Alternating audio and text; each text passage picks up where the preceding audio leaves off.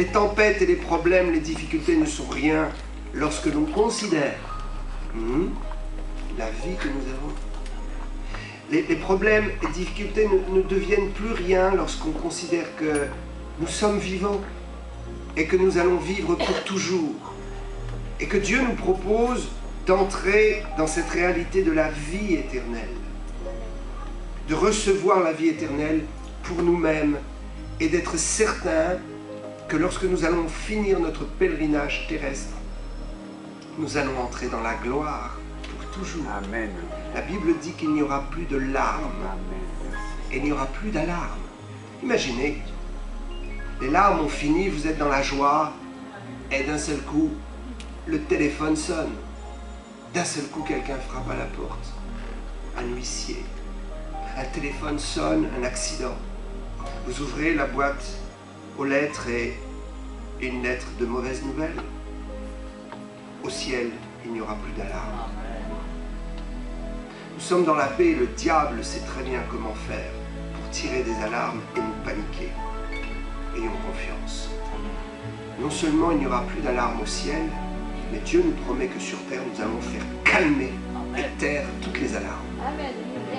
C'est la puissance de la foi. Ne craignez pas les mauvaises nouvelles.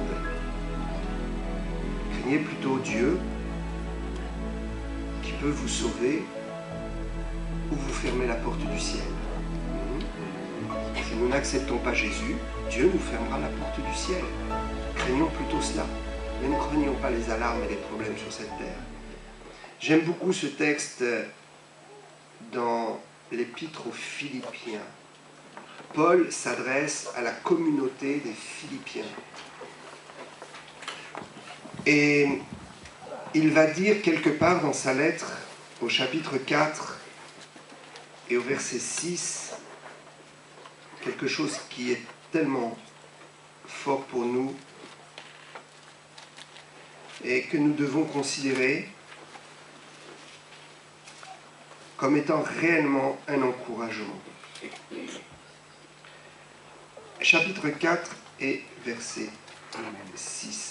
Ne vous inquiétez de rien. Amen, amen. Alléluia. Alors, comment est-ce qu'on peut ne pas s'inquiéter? La réponse va suivre.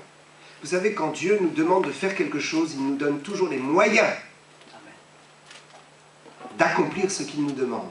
Lorsque Dieu nous donne des ordres, il nous donne toujours les moyens d'obéir à ses ordres. Ne vous inquiétez de rien. Ah, Dieu, je suis là dans mes difficultés. Je suis là dans mes problèmes.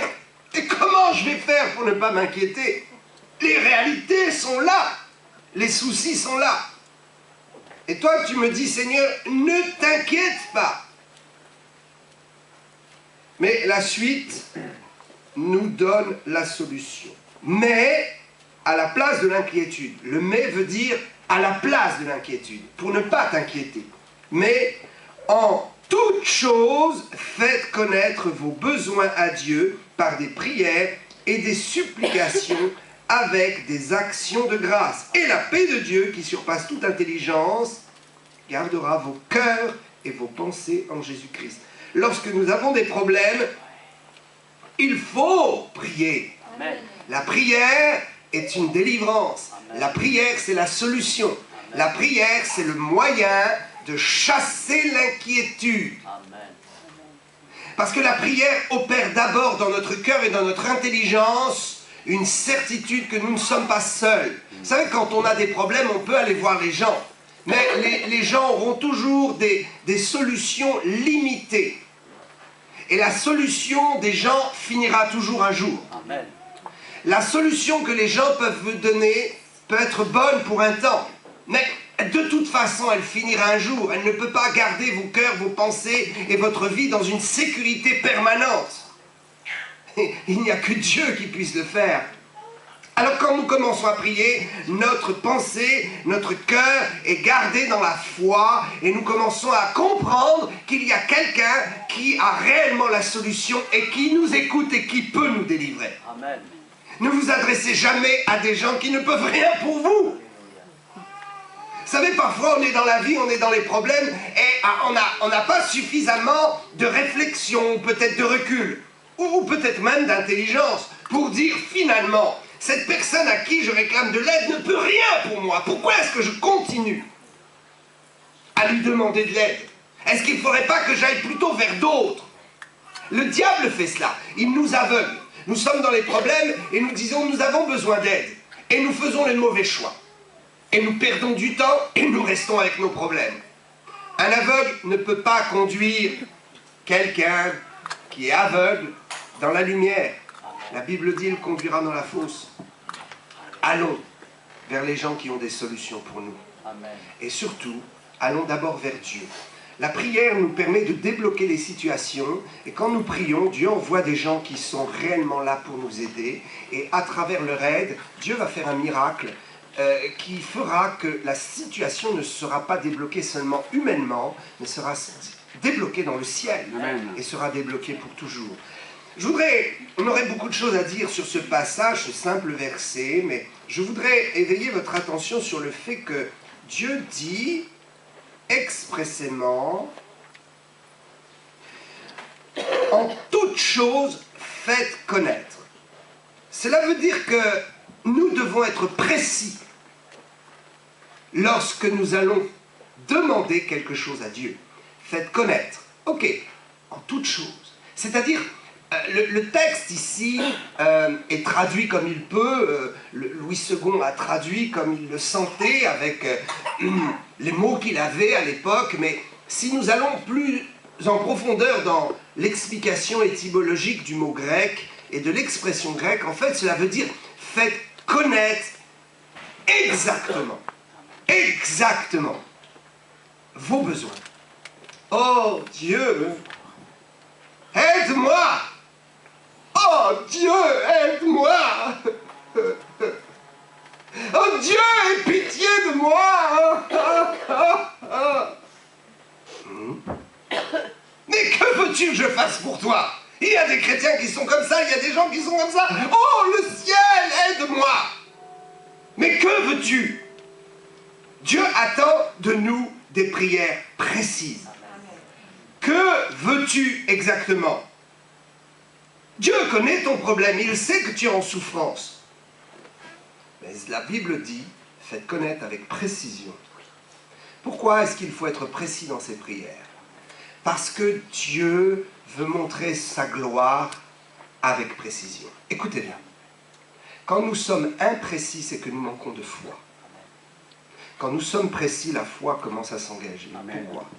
Parce que si je demande avec précision une chose, cela veut dire que là, il n'y a plus de faux semblants, il n'y a plus de religiosité. Seigneur, je t'ai demandé exactement de faire cela. Donc si tu es Dieu, je vais voir.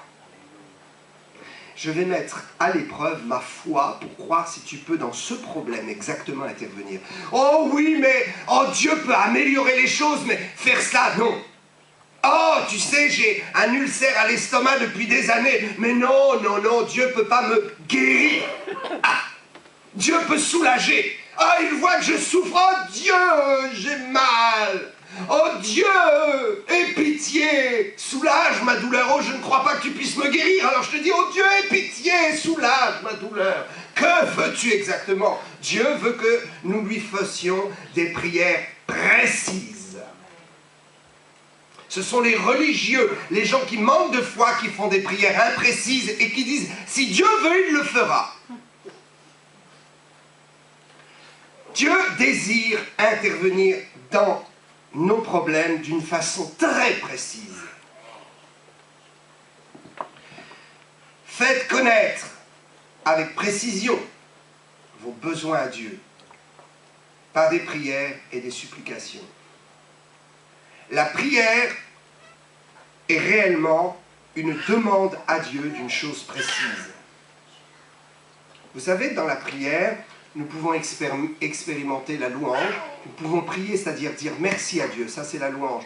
Nous pouvons aussi nous repentir de nos péchés, dire Seigneur, je te demande pardon parce que j'ai fait telle chose, et préciser exactement ce que nous avons fait, ce pourquoi notre conscience nous accuse. Pardon Seigneur, nous accuse, pardon Seigneur, parce que ma conscience m'accule, me pousse et me montre exactement dans quel retranchement je suis et pourquoi je dois demander pardon. Donc là, il y a la prière de repentance, mais il y a des prières réellement de supplication, où nous demandons à Dieu d'intervenir. Ce sont des prières de combat et de foi. Dieu intervient dans telle situation précise.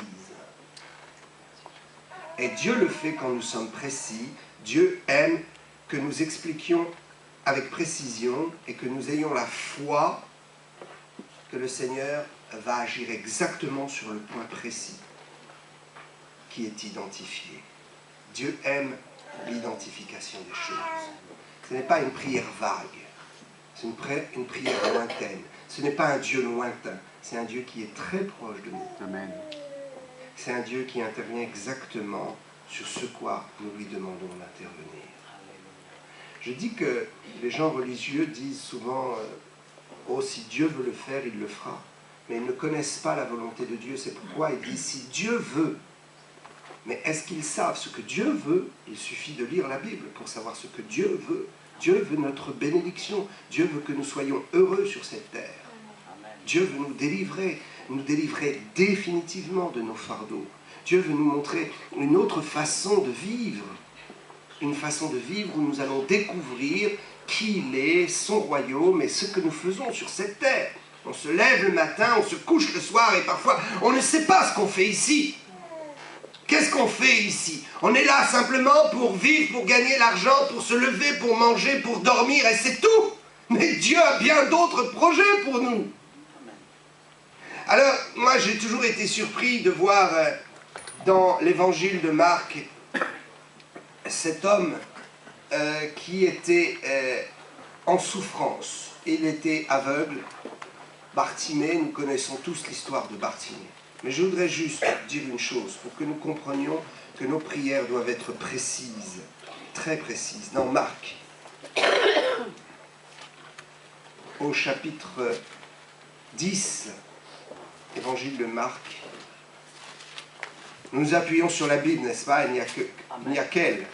On ne peut pas s'appuyer sur autre chose que la Bible, sinon la chrétienté n'est plus définie. Vous savez, il y a des gens qui essaient de définir la chrétienté avec leurs pensées, leur philosophie, et ils quittent ce que la Bible dit. Alors ça ne s'appelle plus la chrétienté, ça s'appelle une secte, ou ça s'appelle tout simplement une philosophie humaine. Il y en a des tas de groupes philosophiques qui se sont écartés de la parole de Dieu et qui ne savent plus définir ce qu'est la chrétienté et ce qu'est la volonté de Dieu. Amen. Mais pour être unis ensemble dans une même vision des choses et pour comprendre exactement la volonté de Dieu, nous devons suivre le code de la Bible et rien d'autre. Ce que les hommes écrivent peut être bon, pourvu que cela soit conforme à la Bible et s'appuie sur ce que la Bible dit. Je me réjouis pour cette histoire. On peut lire juste le verset, peut-être 46. Ils arrivèrent à Jéricho et lorsque Jésus en sortit avec ses disciples, et il y avait là une grande foule, le fils de Timée, Bartimée, mendiant, aveugle. Écoutez, on passe peut-être à côté de cela. La Bible dit qu'il était mendiant et aveugle. Ok. Il pouvait être aveugle sans être mendiant. Il pouvait être aveugle et avoir d'autres problèmes. Mais cet homme avait deux problèmes. Il était pauvre et il était aveugle. Deux gros problèmes qui sont relevés ici. Il était assis au bord du chemin et il entendit que c'était Jésus de Nazareth. Et il se mit à crier « Fils de David, Jésus, aie pitié de moi !» Oh, fils de David, aie pitié de moi, aie pitié de quoi? Aie pitié de quoi?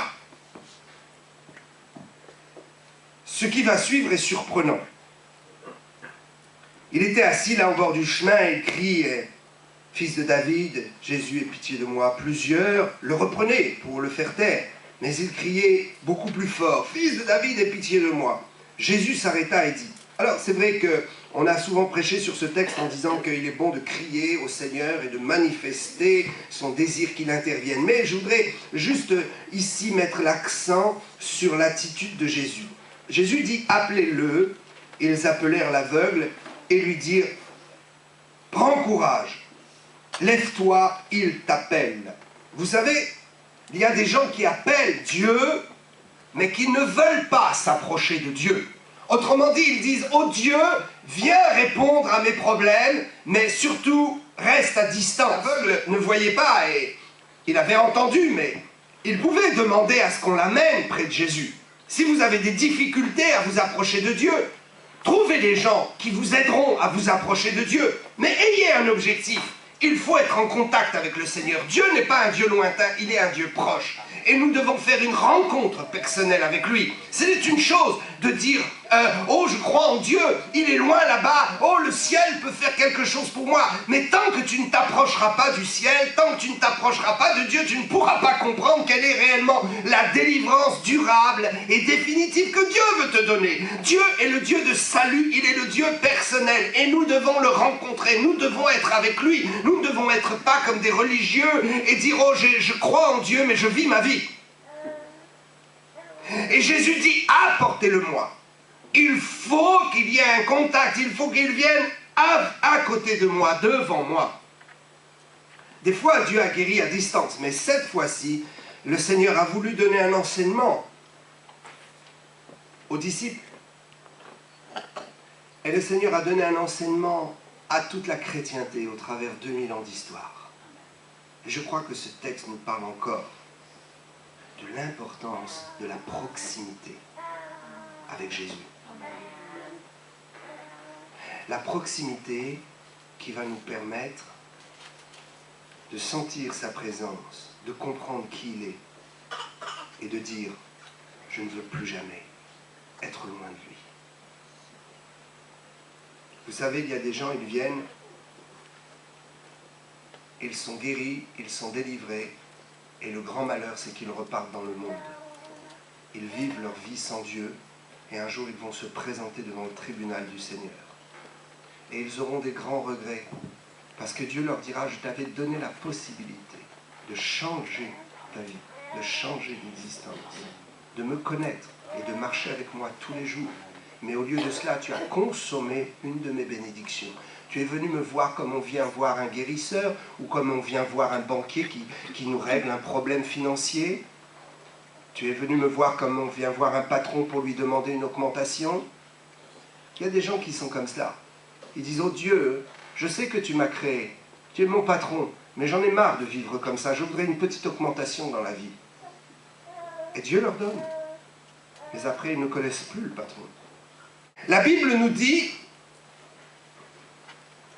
Jésus ait pitié de moi. Alors Jésus appela. Et il demanda à ce qu'on lui amène l'aveugle. Appelez-le.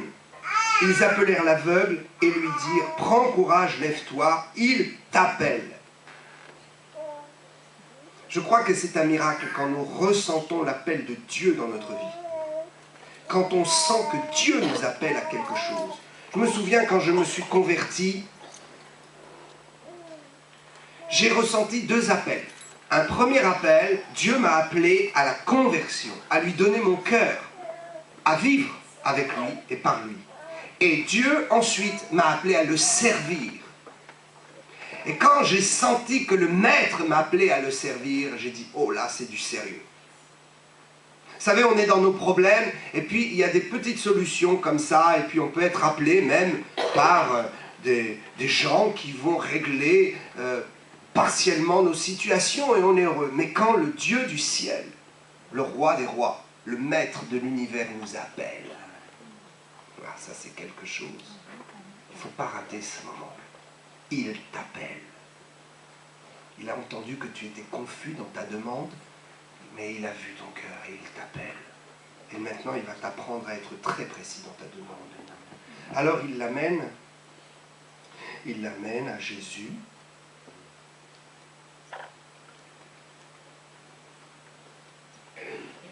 L'aveugle jeta son manteau et se leva d'un bond. il vint vers Jésus, et Jésus, prenant la parole, lui dit, « Que veux-tu que je te fasse ?» Écoutez bien. L'aveugle appelle, il lance un cri de détresse. Il lance un cri de détresse parce qu'il sait que cet homme-là, Jésus, peut faire quelque chose pour lui. Et voilà maintenant qu'on lui dit, il t'appelle, il a entendu ton cri, il a vu ta souffrance. Il vient à Jésus, et en venant à Jésus, la Bible nous dit, il jette son manteau. Vous savez, le manteau est très significatif dans la Bible. Le manteau signifie en fait ce qui correspond à notre existence, à ce que nous portons, à nos fardeaux, à ce que nous sommes. Il y a le manteau souillé par le péché, nous dit la Bible. Il y a aussi le manteau qui est le manteau de l'homme de Dieu qui porte une bénédiction, qui est oint. Il y a le manteau de la souffrance, et cet homme a entendu que Jésus l'appelait, et d'un bond, il se dégage déjà de son manteau, de sa vieille vie. C'est comme un départ vers une vie nouvelle. C'est comme s'il voulait être rhabillé des pieds à la tête. Et qu'il dit au Seigneur, j'ai besoin d'un nouveau vêtement, j'ai besoin d'une nouvelle vie, j'ai besoin d'une nouvelle couverture sur moi. La Bible dit qu'au ciel, nous allons revêtir des robes blanches, des habits de prince nous attendent au ciel. L'habit a une grande signification dans la Bible. L'homme était nu et il a fallu qu'il s'habille. L'habit est très important dans la Bible. Il signifie que Dieu nous couvre, nous protège, nous donne quelque chose. Et cet homme va jeter son manteau. Il est pauvre, aveugle. Son manteau a peut-être beaucoup de valeur pour lui, vous savez. Quelqu'un qui est pauvre, dans la pauvreté, qui est obligé de mendier son pain, je peux vous dire qu'il n'a pas des garde-robes en quantité. Il jette son manteau, c'est un acte spirituel. Il ne s'est même pas rendu compte, je pense qu'il ne s'est même pas rendu compte, mais l'appel de Jésus a dégagé quelque chose dans sa vie. Il dit, je souffre et je ne veux plus souffrir de cette sorte. Alors, il vient à Jésus, et devant Jésus, alors qu'il ne le voit pas, mais il sent sa présence, il entend sa voix puissante, sa voix merveilleuse qui lui dit, que veux-tu? Tu es pauvre et tu es aveugle. Par quoi est-ce qu'on va commencer? Vous savez, la réalité de la Bible, c'est que si Dieu existe, le diable aussi existe. Le diable n'était pas le diable quand Dieu l'a créé. Il est devenu ce qu'il est aujourd'hui. Parce qu'il a eu le libre choix. Il y a des gens, ils ne sont pas nés monstres. Ils ne sont pas nés vraiment des gens méchants. Mais ils sont devenus ces gens-là. Parce qu'ils n'ont pas connu Dieu. Et parce qu'ils ont choisi le mal plutôt que le bien. Dieu ne crée pas de mauvaises choses. Mais les gens peuvent devenir de mauvais gens. Il faut leur annoncer Jésus. Amen. Alors, il est là et Jésus lui dit, par quoi est-ce que tu veux qu'on commence? Sois précis dans ta demande. Je sais que tu es en souffrance. Tu es pauvre et tu es aveugle. Vous savez, le diable vient et il détruit progressivement notre vie. Il commence par semer des malédictions.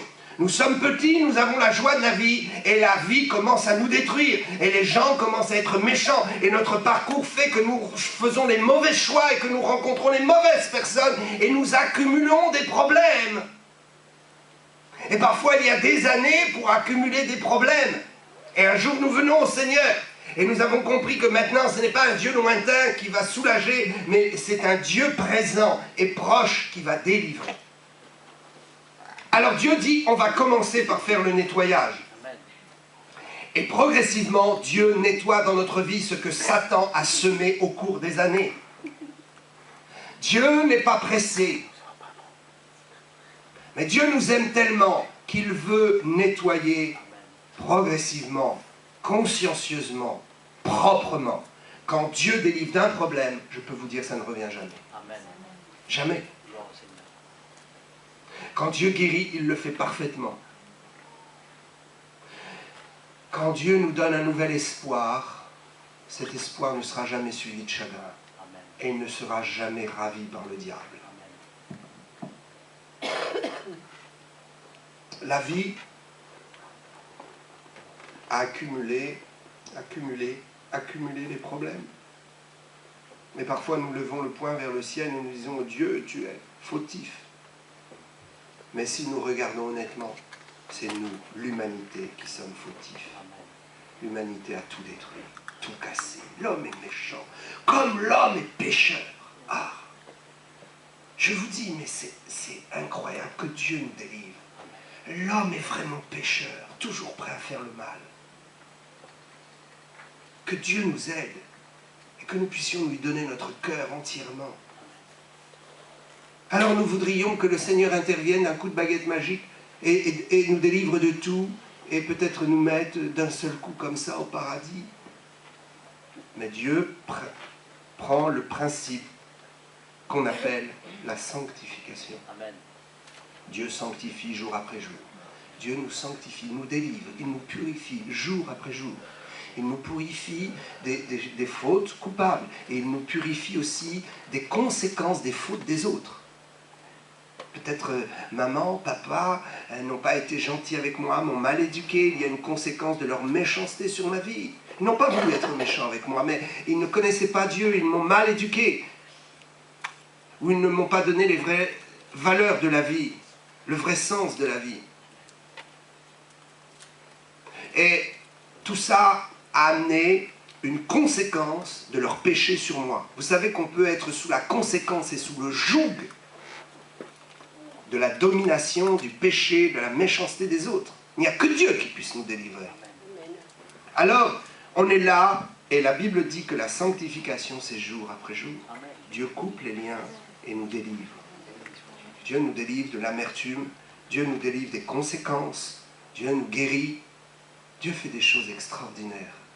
Savez-vous, Dieu fait des choses extraordinaires. Dieu vous guérit des conséquences, des coups des autres, mais il faut leur pardonner. Amen. Il faut leur pardonner. Il y a des blessures dans nos cœurs, dans nos vies, il y a des conséquences dans nos vies, et nous disons, ah, nous n'en serions pas là si cet homme ou cette femme ne m'avait pas fait ça. Oh Dieu, je n'en serais pas là. Oh, my God, laisse Dieu va régler les problèmes. Qu'il commence par régler ce problème. Dis-lui, oh Dieu, je souffre. J'ai un problème précis, je n'arrive pas à pardonner. Sois précis dans ta prière. Je n'arrive pas à pardonner. Et Dieu va te donner de pouvoir pardonner. Amen. Dieu aime régler les problèmes les uns après les autres. Je suis meilleur qu'hier et demain je serai meilleur qu'aujourd'hui. Je serai plus délivré demain et je suis plus délivré aujourd'hui qu'hier. Amen. Oh, Seigneur. Non pas par mes forces, mais par sa grâce. Amen.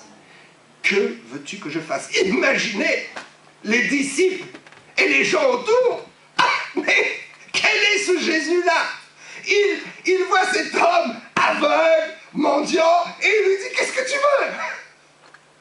Oh maître, on a un problème, nous, tes disciples, on ne comprend pas, là. Attends, tu vas nous ridiculiser devant toute la foule, là. Tu ne vois pas, il souffre, cet homme-là. Jésus dit, laisse faire, sois tranquille. Que veux-tu? Sois précis, faites des prières précises à Dieu. Ayez la foi de lui dire, Seigneur, sur tel problème, je veux être délivré. Il y a d'autres problèmes, mais ça c'est après, je te dirai après. Seigneur, tu connais tout, mais laisse-moi s'il te plaît, je vais d'abord voir ce qui est pour moi un ordre de priorité. Dieu nous aime, vous savez. Il voit cet homme avec ses deux problèmes. Il est pauvre et aveugle. Mais, dans la logique, évidemment, il faudrait d'abord qu'il soit guéri de sa cécité avant de devenir riche. Mais peut-être cet homme aurait préféré devenir riche avant d'être guéri. Dieu nous laisse libres. C'est incroyable cette façon qu'on a de décider pour les autres. Vous savez, en tant que pasteur, on apprend cela. Ne jamais décider pour l'autre. Toujours laisser le choix aux gens et respecter leur choix. Respecter le choix des autres parce que Dieu respecte leur choix. Respecter les ordres de priorité parce que Dieu respecte les ordres de priorité que l'on se donne.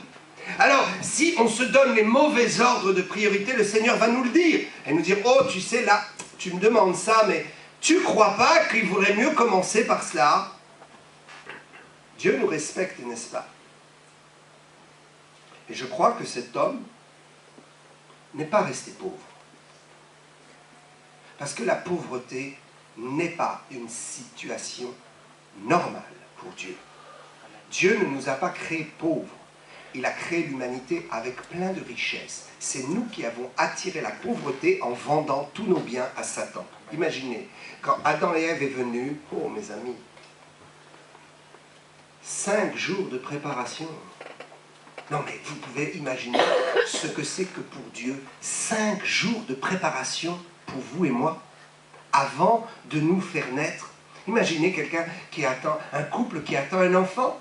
L'enfant est dans le ventre de maman, il ne connaît rien du monde extérieur. Mais papa et maman vont prendre beaucoup de soin pour préparer la belle chambre, la belle couleur de papier. Oh, surtout des choses qui ne sont pas agressives, surtout des choses qui donnent la paix, qui soient... Oh, et puis cette petite boîte à musique, oh, cette petite boîte à musique, ça sera tellement bien pour notre enfant. Et puis, oh, ce petit lit-là, avec ses couleurs, oh, on va préparer tout ça pour lui. Et on se donne du mal, n'est-ce pas, en tant que parents. Pourtant, nous sommes des gens méchants. Nous sommes des gens pécheurs. Et pourtant, nous sommes capables de prendre du temps pour préparer la venue au monde de nos enfants. Et Dieu a fait ça. Il a préparé pendant 5 jours notre venue au monde. Alléluia! La Bible dit que Dieu a créé. Et le 6e jour, la merveille est arrivée. Il donne la vie à l'homme au milieu de tout ce qu'il a créé pour lui. Vous croyez que Dieu a créé la pauvreté pour mettre l'homme dans la pauvreté? Quand l'homme est arrivé sur terre, il avait tout.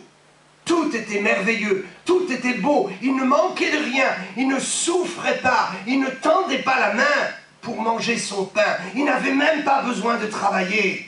Imaginez, Dieu avait mis une telle abondance, une telle profusion sur cette terre que l'homme pouvait consommer, il était tellement riche qu'il ne travaillait pas. À quel moment est-ce que c'est arrivé? Quand Satan est venu et a dit, est-ce que Dieu a vraiment dit, viens, fais-toi copain avec moi. Oh, arrête d'être copain avec Dieu comme ça. Moi, j'ai des choses aussi intéressantes. Viens te faire ami avec moi. Et pour te faire ami avec moi, la première chose, tu vas désobéir à Dieu. C'est comme ça qu'on tombe dans les problèmes. On commence par désobéir à Dieu. Et Ève a désobéi. Elle s'est fait amie de Satan. Et elle a appelé son mari. Viens, c'est bon, on va manger ensemble. Regarde, on a une invitation à un bon repas. Oh, mes amis.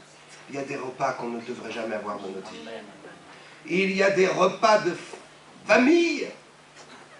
Je ne dis pas qu'il ne faut pas avoir de repas de famille, il faut en avoir plein. Mais il y en a, à ces jours-là, il valait mieux pas qu'on soit là. Il y a des gens qui nous invitent, des amis qui nous invitent, ah, ce jour-là, c'était le mauvais repas. Satan les a invités à un repas, ce jour-là, c'était le mauvais repas pour l'humanité. Ils ont fait le mauvais choix. Et la pauvreté est arrivée. Savez-vous comment? La pauvreté a commencé à arriver quand Dieu a dit à l'homme, tu vas travailler maintenant pour jouir de tout ce que j'ai mis sur terre. Le travail est déjà le principe de la pauvreté ou de la richesse. Il y a des gens qui sont crochés de la société, qui ne veulent pas travailler, ils sont pauvres, qu'ils restent pauvres. Dieu dit que tu seras riche en travaillant. Dieu dit que tu seras béni en travaillant. Maintenant, si ton travail ne te donne pas ce que tu dois recevoir, le Seigneur va faire un miracle. La Bible dit que celui qui ne travaille pas, il ne mange pas non plus. Non, vous savez, il est temps de parler franchement. Un jour, on va tous se retrouver devant Dieu. Et il y a une chose extraordinaire, c'est que nos bouches seront fermées. Vous ne pourrez pas dire « je ne savais pas ». Vous pourrez dire « ah oui, c'est vrai, ce jour-là, je me suis révolté. Le pasteur a dit des choses, ça m'a fait... Ah, je ne pouvais pas être d'accord avec ça ». Reste tranquille. Dieu va t'expliquer, va te faire comprendre. Et si tu ne comprends pas, au ciel, tu seras obligé de te taire. Dieu dira, je t'avais prévenu. Tu n'as pas voulu accepter. Tu n'as pas voulu comprendre. Tu n'as pas permis. Tu ne m'as pas laissé te faire comprendre. Vous savez, des fois, j'ai vu des gens partir de la réunion et être vraiment choqués par la prédication. Mais ça ne m'inquiète absolument pas. Ça ne me cause aucun problème, parce que je sais que ce n'est pas moi qui parle, c'est Dieu qui parle à travers sa parole. Amen. Gloire au Seigneur. Et donc, Dieu n'est pas en colère parce que vous êtes fâchés, mais Dieu vous dit, laisse-moi t'expliquer. Et j'ai vu tant de gens, pendant la semaine, comprendre le message qui avait été donné le dimanche. Pendant les semaines, accepter. Combien de fois on s'est converti, on est venu pour une première fois à l'église et au début on dit « Oh, je n'étais pas d'accord, c'était dur à accepter. Mais aujourd'hui j'ai tout compris, j'accepte ça. » Mais bien sûr c'est la vérité. Avec le temps, Dieu nous fait comprendre les choses. Et tant mieux si vous pouvez comprendre maintenant, mais si vous ne pouvez pas comprendre maintenant, c'est pas grave. Je ne suis pas fâché, ne soyez pas fâchés. Le Seigneur va vous expliquer ce que c'est que la vie, la vraie vie, la vie avec lui. Vous savez, le repos, c'est pas sur terre, c'est au ciel. Hein. Sur terre, on doit combattre, on doit lutter. Alors Dieu avait tout préparé et l'homme a vendu ce qu'il avait. Et maintenant, c'est le principe. Tu peux être pauvre ou tu peux être riche. Tout dépend de la production de ton travail et de comment Dieu va bénir ton travail. Amen. Alors réjouissons-nous de ce que certains sont vraiment bénis dans leur travail et peuvent bénir d'autres. Mais le sujet n'est pas la prospérité. Le sujet ici, c'est de savoir que l'ordre d'importance pour cet homme, et cet homme a fait le bon choix. L'ordre d'importance, c'était qu'il voit d'abord. Il vaut mieux que les gens voient d'abord. On ne prêche pas la prospérité. On ne veut pas prêcher que vous allez être riche ou que ça va aller. Non. Ce qu'on veut prêcher, c'est que vos yeux s'ouvrent et que vous voyez vraiment Jésus-Christ. Et que vous ayez une réalité de la vie éternelle. Et cet homme a fait le bon choix. Il a demandé d'abord la guérison de ses yeux, ce qui était normal. Mais il aurait pu d'abord demander à ne plus être mendiant. Que veux-tu exactement? Que veux-tu que je fasse pour toi? Et si ce jour-là, Jésus lui a posé cette question, je pense que cet homme avait un réel problème. Et devait souffrir aussi de sa pauvreté, de sa condition de mendiant. Mais il avait compris une chose. Si je vois, je ne serai plus mendiant. Et si Dieu me guérit de mes yeux, la guérison de ma situation de mendiant va se faire automatiquement. La guérison se fait automatiquement. Il y a des problèmes que Dieu résout qui donnent automatiquement la solution à d'autres problèmes. Dieu te délivre sur un point et miraculeusement tout s'arrange autour de toi et dans ta vie parce que le point précis qui a été ta délivrance était le point de blocage de toute ta vie. Pour cet homme, c'était le point de blocage de toute sa vie. Où est le point de blocage de toute ta vie? Où est le point de blocage principal de ton existence? Demande à Dieu avec précision qu'il t'en délivre. Et les choses vont s'arranger.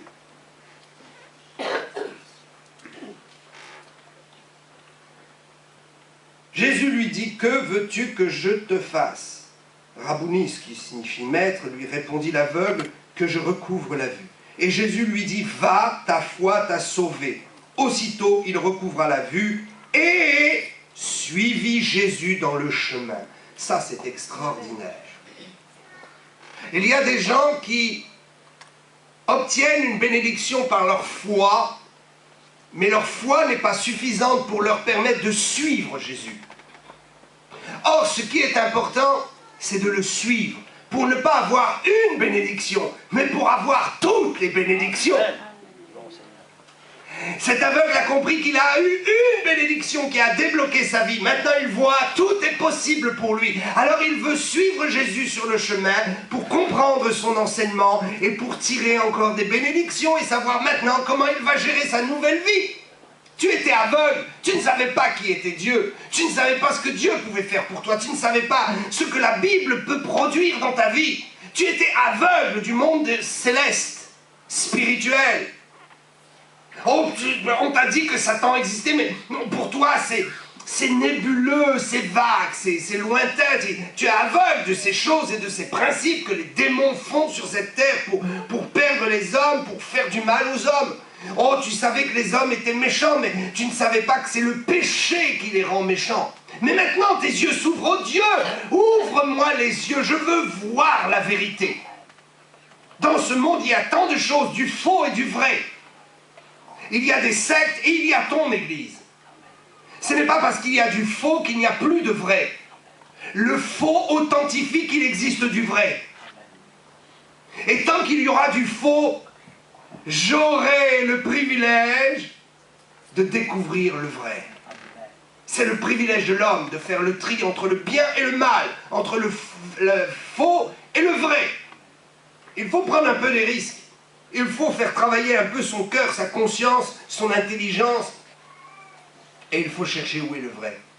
Et quand tu l'as trouvé, c'est la perle précieuse. La Bible nous dit c'est la perle précieuse. Tu ne peux plus laisser ça. Alors, cet aveugle voit maintenant, comme toi peut-être tu as envie de voir. Et tu te dis maintenant, je vais suivre Jésus sur le chemin, le vrai chemin de la vie. Je ne serai plus le même, je ne serai plus la même. Ma réflexion, ma mentalité va changer.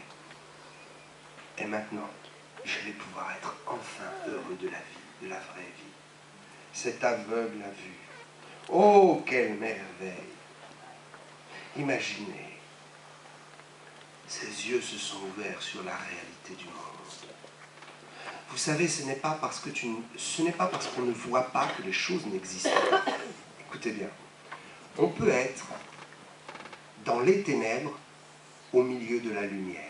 Comment est-ce possible? Imaginez, il n'y a pas d'ouverture ici. On éteint la lumière, on calfeutre le peu de lumière qui rentre par la porte, on calfeutre ici et on se trouve dans un noir total, une obscurité totale. Est-ce que ça veut dire que dehors, il fait nuit? Non. Notre espace de vie est dans la nuit. Mais il ne fait pas nuit, il fait jour. Peut-être tu ne connais rien à Dieu, mais ça ne veut pas dire que Dieu n'existe pas. Nous pouvons être dans les réalités et ne pas connaître et ne pas croire dans les réalités qui existent. Celui qui dort n'arrête pas le monde de tourner. Écoutez, quand je dors la nuit, le monde ne s'arrête pas de tourner. Ce n'est pas parce que je dors et je ne fais rien que autour de moi, il n'y a plus rien et les gens ne font plus rien. Et quand je suis dans la peine, c'est pas parce que moi je suis dans mon petit univers de peine qu'il n'existe pas la joie quelque part. Alors il faut sortir de ces petits univers de souffrance pour découvrir le grand univers de la joie de Dieu et des bénédictions de Dieu. Alléluia!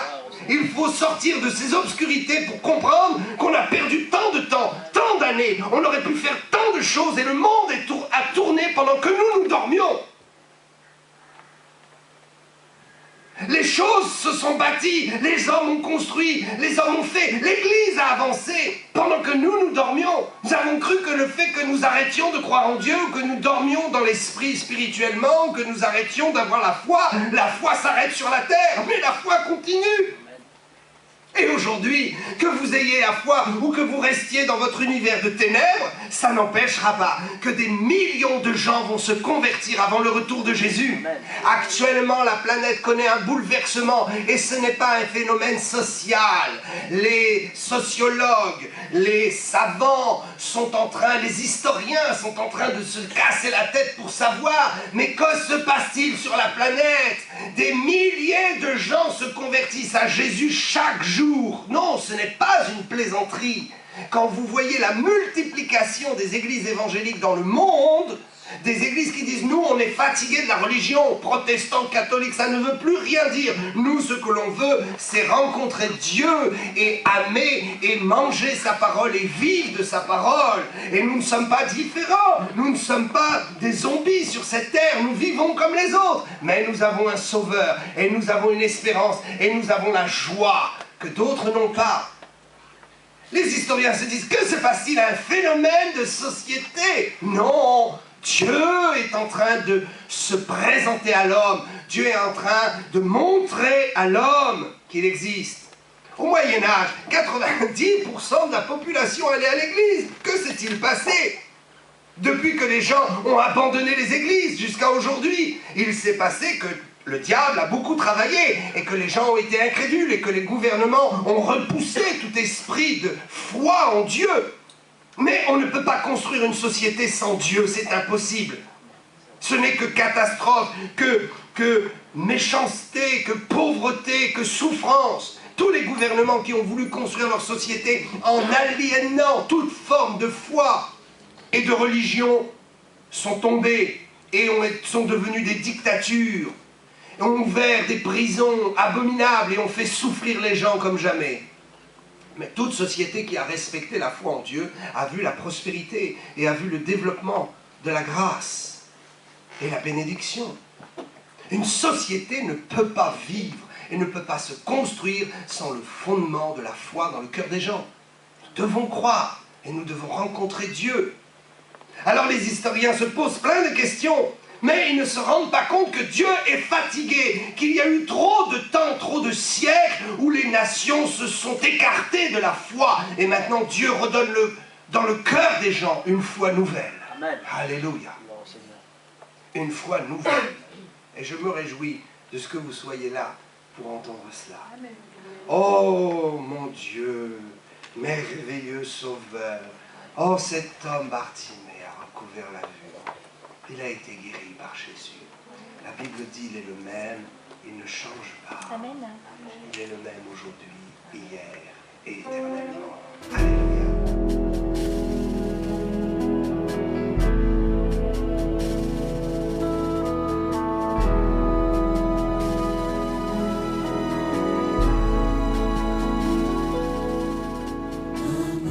Amazing grace, how sweet the sound that saved